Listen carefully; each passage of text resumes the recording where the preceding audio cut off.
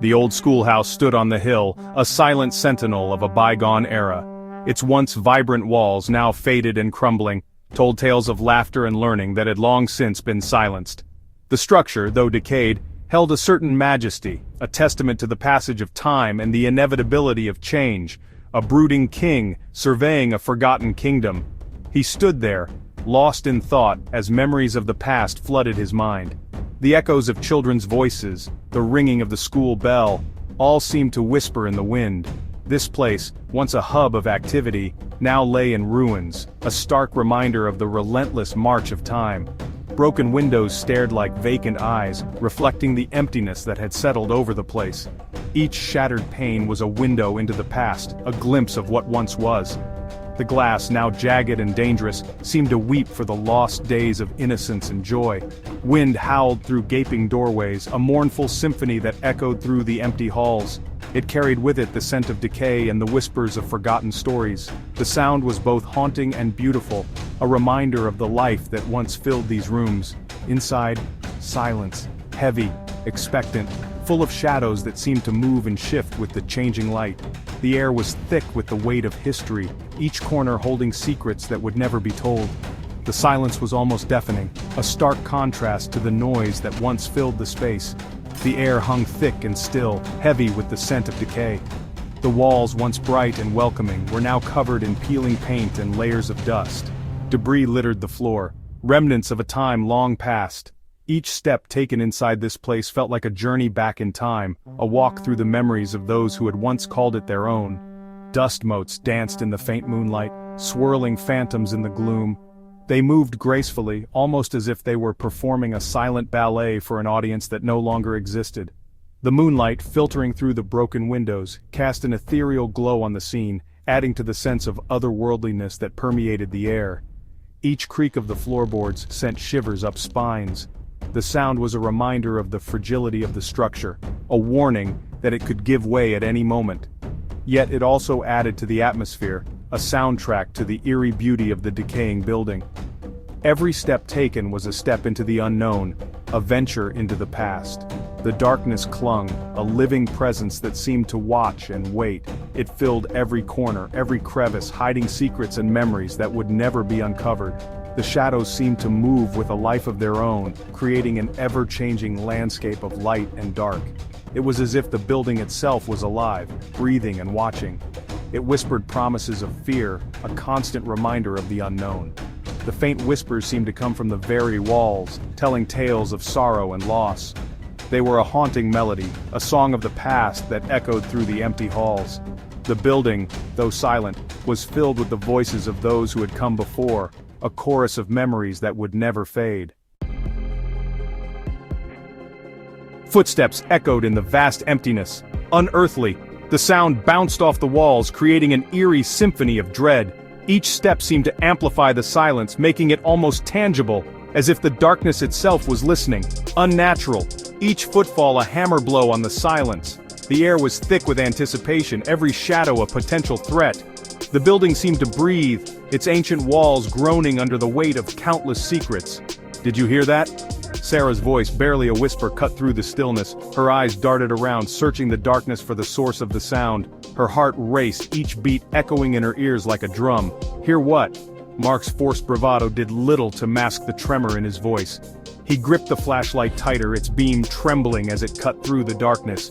He tried to steady his breathing, but the fear was palpable. A giggle, faint and high-pitched, seemed to come from everywhere and nowhere at once. It was the kind of sound that sent chills down your spine, a sound that didn't belong in a place like this. It echoed, teasing and mocking. It danced on the edge of hearing, a ghostly child playing in the shadows. The sound was fleeting, almost like a memory, but it left a lingering sense of dread. The shadows seemed to move, as if alive, whispering secrets of their own. Then, silence, heavier and more oppressive than before. It was as if the building itself was holding its breath, waiting. The silence was a living thing, pressing down on them, making every creak and groan of the old structure seem deafening. They stood there, frozen, listening to the whispers in the dark. They hadn't meant to stay, just a dare. A simple challenge among friends, a test of courage. The old school had stood there for decades, a relic of a bygone era, its windows shattered, and its walls covered in graffiti. The stories about it were endless: ghosts, strange noises, and mysterious disappearances. But to them, it was just another adventure, another way to prove their bravery. A quick peek inside the abandoned school. They laughed as they stepped over broken glass and debris, their flashlights casting eerie shadows on the walls. The air was thick with dust, and the smell of mold was overpowering. They joked about the ghost stories, trying to scare each other, but deep down, a sense of unease began to grow. Now, the heavy oak door slammed shut behind them, a finality that stole their breath. The sound echoed through the empty halls, louder than it should have been. They turned, eyes wide with shock, and rushed back to the door. It was solid, immovable, as if it had been locked from the outside. Their laughter died, replaced by nervous glances and whispered fears. Panic welled, cold and clammy, their hearts raced, and their breaths came in short, sharp gasps. They tried to stay calm, to think of a way out, but the fear was overwhelming. It was as if the walls themselves were closing in, pressing down on them, suffocating them. They rattled the door, kicked, screamed. No use. Their voices echoed back at them, mocking their efforts. They pounded on the wood until their hands were bruised and bloody, but the door remained steadfast.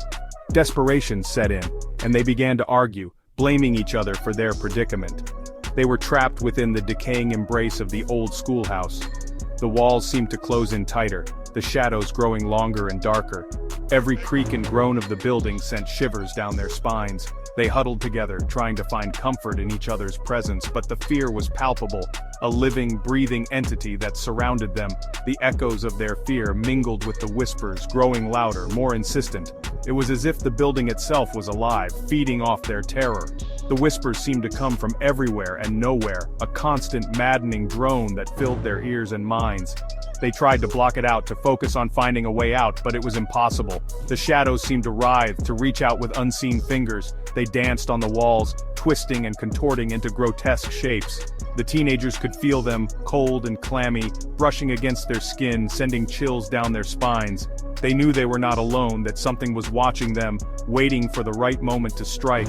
The darkness was no longer empty, it was awake.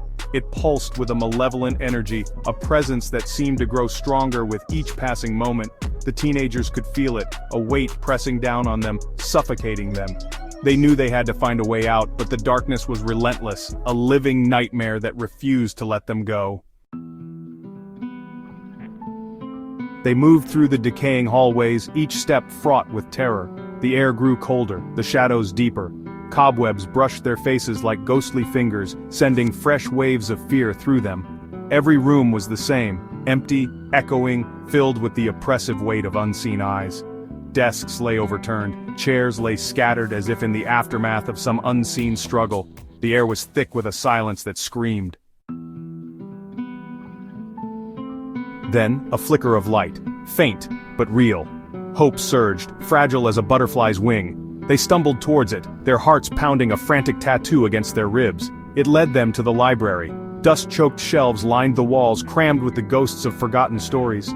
The single window was a shattered maw, letting in slivers of moonlight that illuminated a single figure. A child stood in the center of the room. A little girl, her back to them, her long hair cascading down her back like a black waterfall. She was humming, a mournful, haunting melody that sent shivers down their spines. "Hello?" Sarah's voice was a trembling whisper. The girl didn't turn. She continued humming, her voice growing louder, the melody twisting, turning sinister. Fear, cold and sharp, clawed at their throats.